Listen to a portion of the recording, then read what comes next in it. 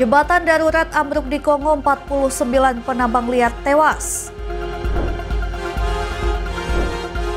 Raisa nyanyi di premier film Week for Good, sukses curi perhatian internasional. Jejak Islam di Albania lebih dari 5 abad.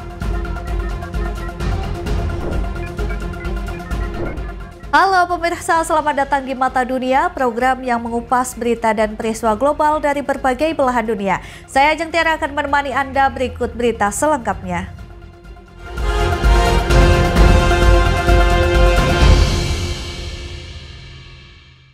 Ya, kita ke informasi yang pertama, pemirsa. Sedikitnya 49 penambang liar tewas usai sebuah jembatan di lokasi tambang Kalando, Provinsi Lualaba, Kongo ambruk. Jembatan ini runtuh akibat aktivitas penambang liar memaksa melintas di tengah hujan lebat dan resiko tanah longsor.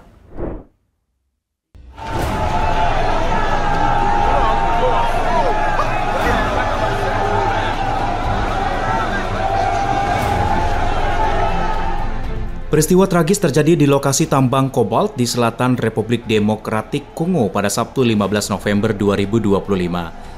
Sedikitnya 49 penambang liar tewas akibat jembatan darurat runtuh di tambang Mulondo, wilayah Kawama, Provinsi Lualaba. Dikutip dari Xinhua, Menteri Dalam Negeri Provinsi Lualaba Roy Kaumba Mayonde menyebut peristiwa ini sebagai insiden tragis. Kecelakaan maut ini terjadi saat penambang tidak resmi memaksa masuk ke area tambang sempat ditutup karena hujan lebat dan risiko longsor. Untuk mencapai lokasi, mereka menggunakan jembatan darurat kemudian runtuh akibat tak mampu menahan beban berat kerumunan massa. Imbasnya puluhan penambang liar tewas. Jembatan ini menjadi akses utama menuju tambang Kalando di Mulondo. Hujan lebat membuat jembatan tak mampu menahan beban. Tim Liputan, Berita Nasional TV.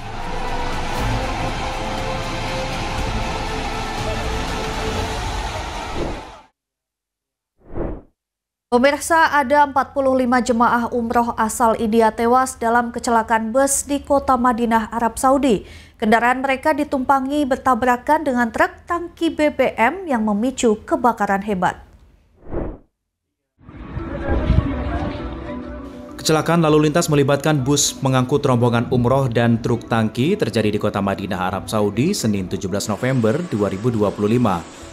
Pemerintah negara bagian Telangana, India memastikan penyebab kecelakaan karena tabrakan antara bus pembawa rombongan jamaah asal India dan sebuah truk tangki pengangkut BBM.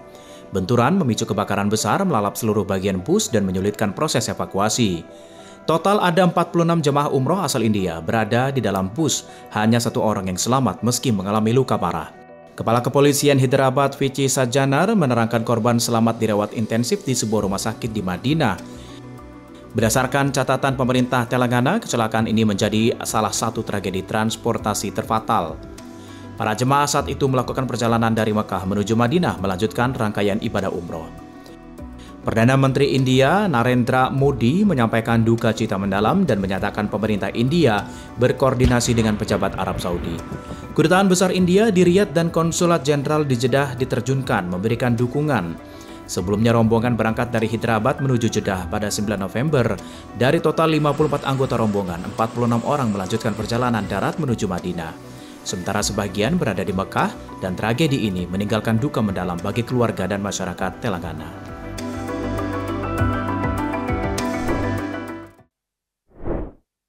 Ya pemirsa, kebakaran juga terjadi di Argentina. Ledakan dahsyat terjadi di pabrik kimia di kawasan industri Carlos Pegazzini, Ezeiza, Argentina. Dentuman terdengar seperti suara bom menimbulkan kepanikan penduduk yang menetap tak jauh dari lokasi. Usai ledakan terjadi kebakaran besar.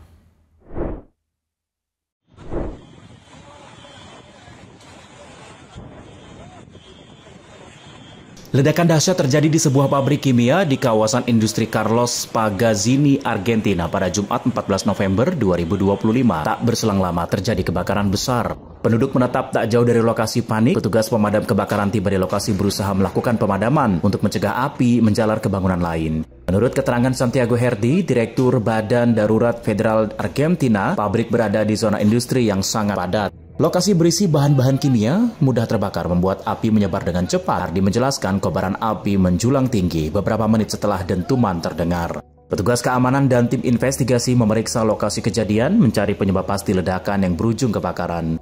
Wali Kota Ezeiza Gaston Granados menerangkan kebakaran terasa hingga Bandara Internasional Ministro Pistarini, gerbang utama Argentina. Imbasnya sejumlah penerbangan ditunda atau dialihkan. 5 pabrik terdampak dalam insiden ini termasuk fasilitas kimia dan pabrik plastik. Laporan media lokal menyebut mayoritas korban mengalami luka bakar ringan hingga sedang serta cedera terkena pecahan kaca. Kementerian Kesehatan menetapkan rumah sakit mengaktifkan rencana darurat bencana mengantisipasi peningkatan korban. Tim Liputan. Ya, badai ekstrim menerjang perkemahan di Albufeira, Algarve, Portugal. Seorang perempuan berusia 85 tahun asal Inggris tewas. Insiden ini juga menelan korban luka. Badai angin ekstrim menerjang Albufeira Camping Park, Portugal pada Sabtu 15 November 2025. Akibatnya 2 orang mengalami luka serius dan 3 lain luka ringan. Dampak sama juga terjadi di sebuah hotel terdekat. Di sini 23 orang terluka ringan akibat terjangan angin. Badai ekstrim menyebabkan pohon-pohon tumbang, puing-puing berserakan, dan kendaraan rusak. Otoritas Cuaca Nasional Portugal, IPMA, menilai kemungkinan terjadi tornado. Citra radar menunjukkan peluang terbentuk fenomena ini sangat tinggi. IPMA menegaskan tornado sulit diprediksi waktu dan lokasinya. Menurut Institut Nasional Penanganan Darurat Medis Portugal, total ada 28 orang mengalami luka ringan di 2 lokasi yang terdampak. Korban meliputi 6 anak berusia 2 bulan hingga 7 tahun, serta 23 orang dewasa berusia 24 hingga 70 tahun. Menteri Urusan Eropa Inggris, Stefan Dugti, dan Perdana Menteri Portugal, Luis Montenegro, menyampaikan bela sungkawa mendalam atas musibah tersebut. Dalam 2 hari terakhir, Portugal dan sebagian wilayah Spanyol dikabarkan terdampak parah oleh badai Claudia yang menyebabkan korban jiwa di Lisbon. Seorang warga Inggris menjadi korban tewas. Pemirsa, jangan kemana-mana, kami akan kembali usai jeda dengan informasi menarik lainnya. Tetaplah bersama kami.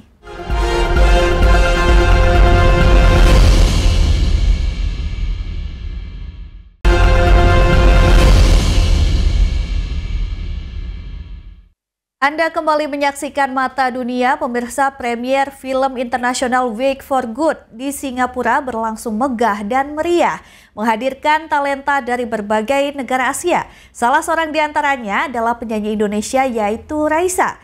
Kehadirannya sukses mencuri perhatian media internasional, yang mana di sini ibu satu anak ini menampilkan suara merdunya. Kalau sekarang nggak apa-apa nge-vlog karena semua influencer. Jadi aku masih nggak apa-apa. Kalau kemarin kan di bandara. Premier film internasional Wait for Good sukses digelar di Singapura pada 13 November 2025. Acara berlangsung meriah dan dihadiri sejumlah figur publik Asia. Di antara para tamu undangan, penyanyi asal Indonesia Raisa hadir sebagai undangan khusus dan langsung menjadi sorotan media internasional. Ibu satu anak ini tampil elegan dengan busana glamor. Kehadirannya tak hanya memperkenalkan dirinya, tetapi juga memperkuat representasi musisi tanah air di panggung hiburan regional. Momen paling mencuri perhatian terjadi ketika Raisa diberi kesempatan membawakan lagu ikonik I'm Not That Girl dari musikal Wicked. Dengan vokal lembut dan emosional, Raisa tampil memukau.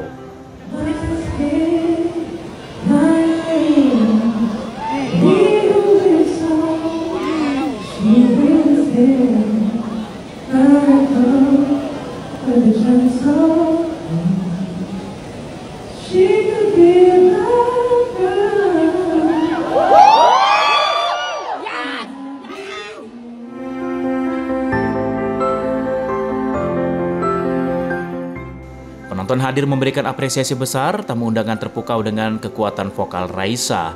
Penampilan Raisa menjadi salah satu momen paling berkesan.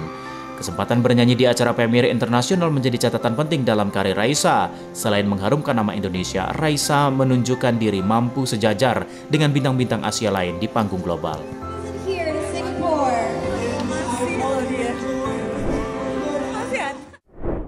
Pemirsa, di tengah populer wisata kuliner Jepang, sebuah tradisi lama kembali ramai diperbincangkan.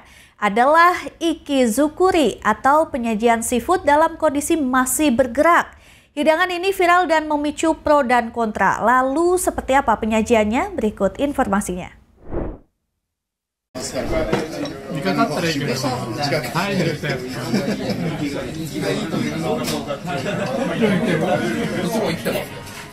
Dalam tradisi kuliner disebut ikizukuri, pelanggan bisa memilih ikan atau cumi langsung dari tangki hidup sebelum diolah koki di depan mata.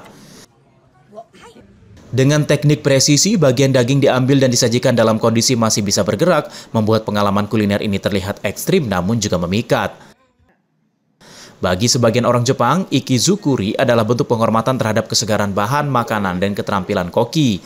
Bagian daging disajikan sebagai sashimi. Sementara sisa bagian lain bisa diolah menjadi tempura atau hidangan panas yang menjadikan pengalaman makan benar-benar otentik. Kuliner ikizukuri memicu perdebatan internasional karena metodenya dianggap terlalu ekstrim bagi sebagian orang. Namun bagi wisatawan, mencari pengalaman unik, tradisi ini menjadi salah satu atraksi kuliner paling menarik di wilayah-wilayah seperti Fukuoka, sekaligus mempertanyakan batas antara budaya dan kontroversi. Informasi selanjutnya, pemirsa, Cherry Fulwin mencoba menaklukkan 999 anak tangga Gunung Tianmen Zhangjiajie, Cina, seperti yang dilakukan Range Rover pada 2018. Namun mobil menjadi sorotan karena gagal menanjak dan berujung merusak fasilitas.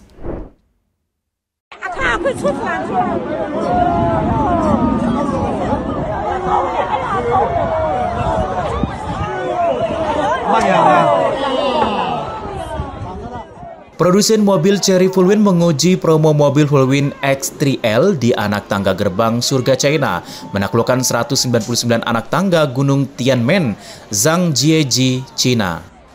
Aksi ini meniru Range Rover pada 2018 menjadi salah satu momen otomotif paling ikonik.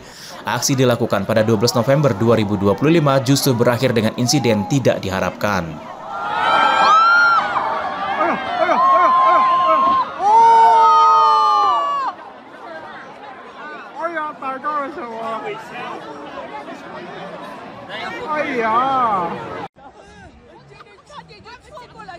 Mobil mengalami kesulitan menaklukkan anak tangga di gunung tersebut. Mobil tersebut berhenti saat berupaya menaiki anak tangga dan mundur hingga menabrak pagar pembatas. Lokasi wisata ini ditutup selama 2 hari pada 12 dan 13 November untuk acara Cherry demi menaklukkan gunung tersebut. Pihak Cherry memberikan alasan atas kegagalan mobil menaklukkan Gunung Tianmen. Produsen asal Cina ini mengatakan tali pengaman mobil terlepas, membuat kendaraan tak dapat bergerak.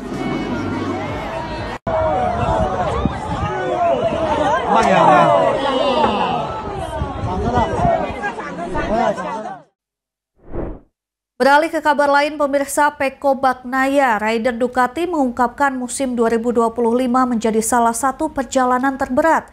Ia menyebut dirinya dan tim sama-sama mengalami kelelahan di tengah penurunan performa.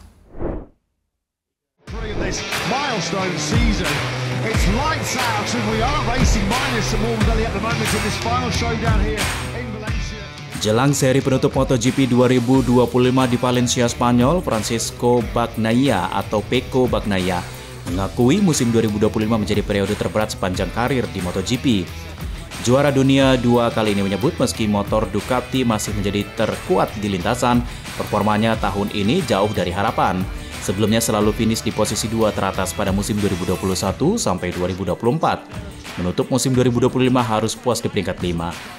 Meski turun tak terlalu jauh di klasifikasi pembalap, catatan podium dan kemenangannya turun drastis dibanding 4 musim terakhir. Sepanjang paruh awal musim, Bagnaia mampu bertahan di barisan depan. Namun setelah libur musim panjang, performanya menurun meski sempat mendominasi balap. Seri terakhir di Valencia, bensin motor habis saat FP2 hingga terpaksa memulai balap dari posisi ke-16. Saat sprint race, ia hanya finish di posisi 14. Pada balap utama, Bagnaia terjatuh di tikungan kelima menghindari Johan Zarco yang melebar. Of the grid drama. Miller was launching it on the inside there of Joan Mir as we see contact there. That's Bagnaia and Zarco, and that really does cap off Pecco Bagnaia's miserable 2025. Bagnaia mengaku ia dan tim sudah membuat banyak kesalahan, termasuk insiden lupa mengisi bahan bakar saat FP2.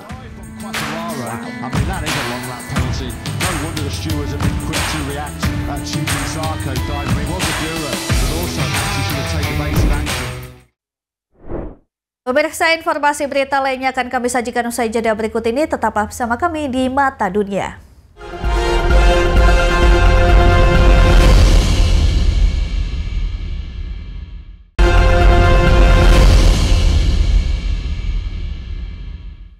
Pemirsa, Albania, sebuah negara kecil di semenanjung Balkan, mungkin jarang terdengar dalam pemberitaan dunia Islam.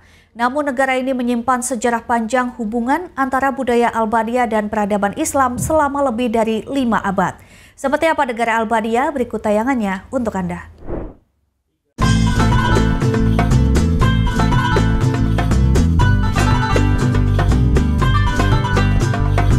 Selamat datang di Albania. Albania merupakan negara di Eropa Tenggara terletak di pesisir Laut Adriatik dan Ionian, menghubungkan jalur dagang antara Eropa dan Timur pada masa lalu. Dari sinilah pengaruh Islam mulai menyebar ketika Kesultanan Utsmaniyah menguasai wilayah Balkan sejak abad ke-15. Selama lebih dari 500 tahun, Islam menjadi bagian tak terpisahkan dari identitas masyarakat Albania.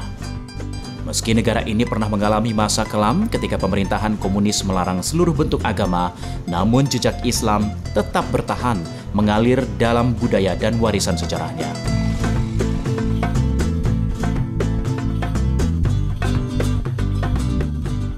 Tirana. Kota ini kini berdiri megah dengan bangunan modern. Dulunya berkembang pada abad ke-17 di bawah pengaruh Ottoman. Tirana menjadi pusat perkembangan Islam, terutama dengan dibangun Masjid Ethem Bey, sebuah masjid berarsitektur Ottoman yang tetap kokoh hingga hari ini. Di jantung Tirana berdiri Skanderberg Square, alun-alun besar yang menjadi simbol identitas Albania. Disinilah berdiri berdampingan masjid, gedung opera, museum nasional, dan berbagai bangunan pemerintahan yang mencerminkan pluralitas budaya yang telah melekat pada bangsa ini. Dari Tirana perjalanan berlanjut ke Berat, kota yang dijuluki Kota Seribu Jendela. Berat adalah saksi bisu kejayaan Ottoman di Albania. Terlihat dari masjid-masjid tua, teke sufi, dan rumah-rumah tradisional yang berdiri bertingkat di lereng bukit. Di kawasan Mangalem, rumah-rumah putih dengan jendela besar tersusun rapat seolah menatap ke arah yang sama. Arsitektur ini berkembang pada masa Ottoman dan kini menjadi warisan dunia UNESCO. Tak jauh dari sana, berdiri Gorica Bridge, jembatan batu yang menghubungkan dua bagian kota. Dibangun pada abad ke-18, jembatan ini menjadi simbol hubungan antar budaya Albania dan arsitektur Ottoman, tempat di mana perdagangan dan kehidupan sosial masyarakat Muslim Berat dulu berdenyut. Kota berikutnya adalah Shkodër, salah satu kota tertua di Albania. Islam berkembang kuat di sini sejak abad ke-15, terutama melalui keberadaan Lit Mosque atau Samia Plumbit. Masjid ini dibangun pada tahun 1773 oleh Mehmet Busati, salah satu tokoh penting era Ottoman di Balkan. Di atas Bukit Shkodër berdiri megah Benteng Rozava, tempat legenda Albania bersatu dengan sejarah Islam. Di dalam benteng ini terdapat reruntuhan gereja tua yang pernah diubah menjadi masjid pada masa Ottoman, menandakan perubahan zaman yang terjadi berabad-abad lalu.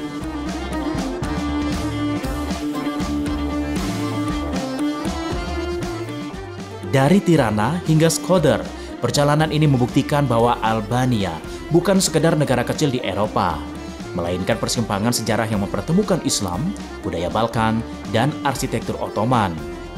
Hingga kini, jejak Islam masih hadir dalam masjid, jembatan, rumah tradisional, serta kehidupan masyarakatnya yang menjunjung tinggi toleransi.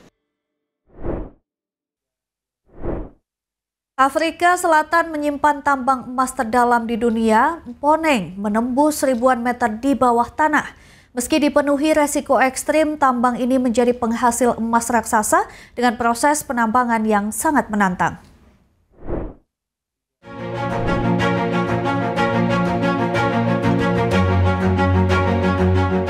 Sulit dibayangkan seberapa dalamnya tempat ini. Di Afrika Selatan, tambang emas Mponeng menembus lebih dari 4 km di bawah permukaan, menjadikan tambang terdalam di dunia. Untuk mencapainya, para penambang harus menempuh perjalanan hingga 3 jam dengan lift khusus menuju titik di mana mereka benar-benar menantang batas kemampuan manusia. Kedalaman itu, suhu batuan bisa melonjak mencapai 150 derajat Celcius sehingga sistem pendingin raksasa harus dikerahkan agar pekerja tetap bisa bertahan. Sejak mulai beroperasi pada 1986, Emponeng terus menggarap Ventersdorp Contact Reef dengan metode brace mining, teknik penambangan di mana pekerja menggali batuan secara mendatar ke depan, bukan ke bawah, menyusuri ore body di kedalaman lebih dari 3.000 meter. Metode ini dipakai di Emponeng karena cocok untuk lapisan emas yang tipis, tetapi sangat dalam dan sempit. Meski risikonya tak main-main, Emponeng mampu menghasilkan lebih dari 8.000 kg emas setiap tahun. Untuk mencapai angka itu, lebih dari 5,4 juta ton batuan harus dihancurkan sebelum diolah dengan teknologi carbon in pulp. Emponeng menjadi simbol seberapa jauh manusia berani masuk ke perut bumi demi kilauan emas.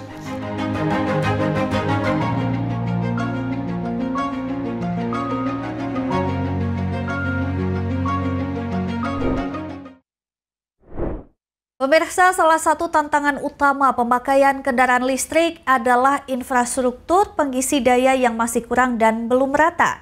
Di Ghana, ada solusi bagi pengendara motor listrik, yakni tersedia fasilitas menukarkan baterai motor listrik yang sudah lemah dan perlu diisi kembali.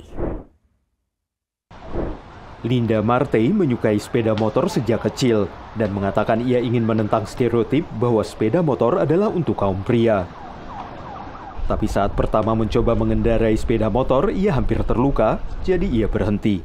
Like you can easily get your leg somewhere bent because of the exhaust pipe. When you are getting down and you get off from at that side of the exhaust pipe, yeah, you get yourself bent. Tahun 2019, Linda diperkenalkan dengan sepeda motor listrik dan ini menghidupkan kembali minat masa kecilnya. Sejak itu ia bekerja sebagai kurir yang memakai sepeda motor listrik di ibu kota Ghana, Accra. Menurut Linda, sepeda motor listrik lebih mudah dioperasikan dibanding sepeda motor bensin.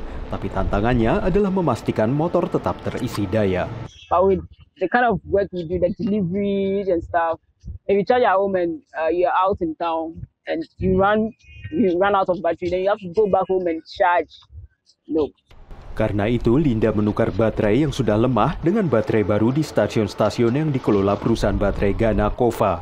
Sepeda motor memainkan peran penting di Afrika untuk membawa orang dan barang, terutama di daerah dengan transportasi umum dan infrastruktur jalan yang terbatas. Para pakar industri mengatakan, sepeda motor listrik lebih murah untuk dioperasikan dan lebih sedikit polusinya dibanding sepeda motor konvensional. Tapi menurut Bank Dunia, sekitar 50% kawasan Afrika Sub-Sahara tidak memiliki listrik. Bahkan tempat-tempat yang punya listrik pun akan kesulitan meningkatkan jumlah kendaraan listrik, menurut pendiri Kova, Eric Nygaard. They are struggling with this in the Western world. So when you plug, imagine everybody comes home at 5 o'clock and plugs their cars in. I mean, what it does, it creates an extreme electricity demand spike, which is quite intense. And so putting that pressure on the current grid systems across Africa would not work. Baterai Kova menyimpan listrik dari panel surya dan jaringan listrik nasional.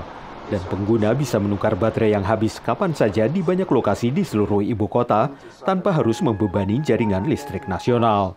Menurut Kova, baterai mereka juga bisa digunakan untuk peralatan rumah tangga, bahkan untuk generator saat listrik mati.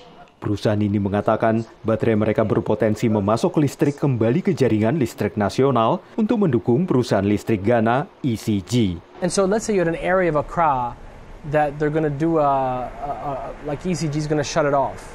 Potentially we could support the local distribution network and say we will provide energy from our station to you. Kova mengatakan mereka berharap teknologi yang mereka terapkan akan membuat energi dapat selalu diakses oleh warga. Pemirsa, demikian Mata Dunia kali ini. Terus saksikan berita Nasional TV. Saya Ajeng Tiara beserta kru yang bertugas pamit undur diri. Terima kasih dan sampai jumpa.